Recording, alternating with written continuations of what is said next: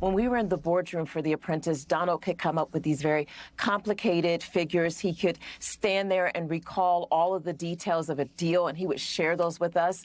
And as time went on, particularly when I observed him in the first year when we were in the White House, Donald was unable to recall basic figures. He would forget the name of his cabinet members. The reason Donald Trump is canceling these interviews is that when he starts to stumble, he starts to pivot. He wants to talk about you. He'll start attacking you, Laura, instead of talking about policy issues because he can't recall what they are. He cannot repeat consistently his position on key issues like the economy, like crime, or like immigration that are key issues to voters. And that's what you're seeing in his decline right now. We're back with Vaughn, Alexis, and Stuart. Vaughn, I want to ask you about that, but I just want to give you a couple other public-facing things that the public has seen and ask you to sort of make sense of it for us with what you understand from the campaign. In the interview with Laura Ingraham, where she tries 3-4 times to get him to say retribution and revenge, that's not what you're going to do, are you? And he doesn't take the sort of friendly, gently, maternal nudging off this very unpopular and alarming position. And then at the Chicago Economic Club, the questioner takes him through a question. He doesn't answer. He steers him back to the question. He doesn't answer. And he tries 2 and 3 times on multiple topics to steer him back to the question. And Trump just can't get there. Trump himself has a name for it. He calls it, quote, the weave. Tell me what you see in terms of Donald Trump's public appearances and how they differ from this period in 2015.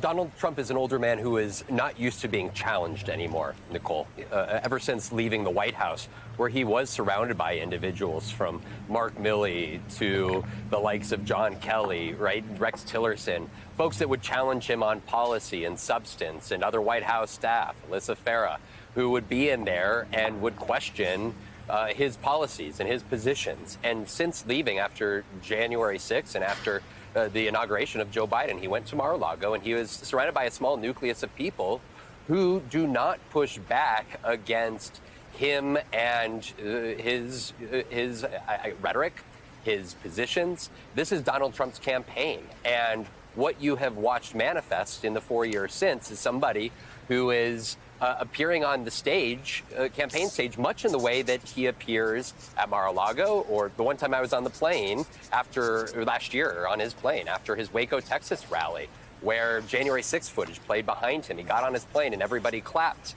and said, "Great job, boss, great job." And you saw Lindsey Graham just last week in Bob Woodward's book suggests that it was like North Korea at Mar-a-Lago, where everybody stands and applauds.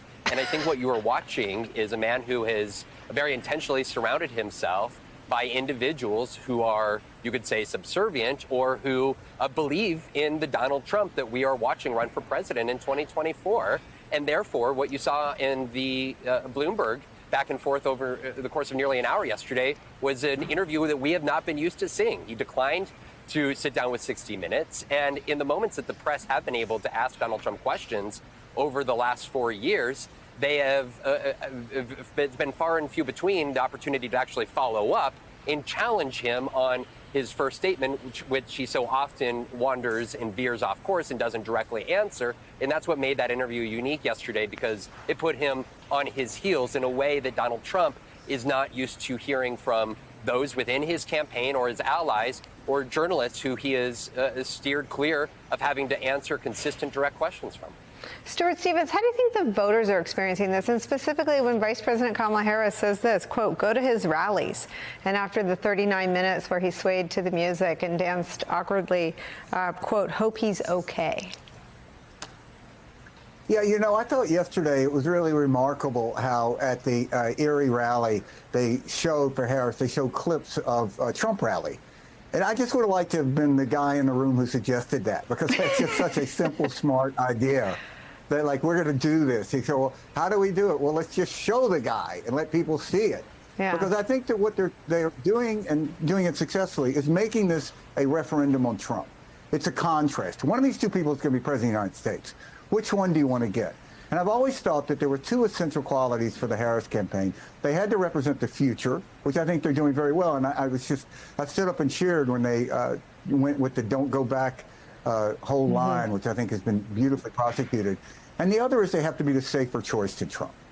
And I think that when you look at the structure of this campaign, there's about 53% of the country that is definitely non-MAGA. And their job is to coalesce as much of that support as possible to support Harris Walz. So what do? We wake up today in a world, you've got Liz Cheney and Bernie Sanders on the same side. That's a pretty big coalition.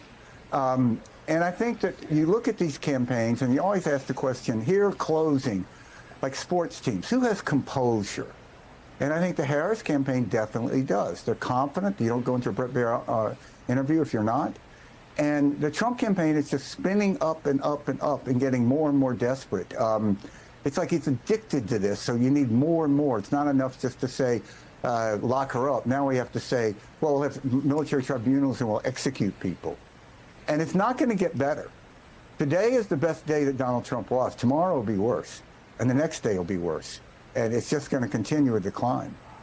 Stuart, everything you know about sort of winning campaigns in the closing days, what in your view is sort of the thing that you would pull out? I mean, would you show the country the sort of ideological diversity of her coalition? Would you want to see Dick Cheney and Bernie Sanders in an ad together? I mean, what would you put in front of sort of late deciders, maybe disaffected independents?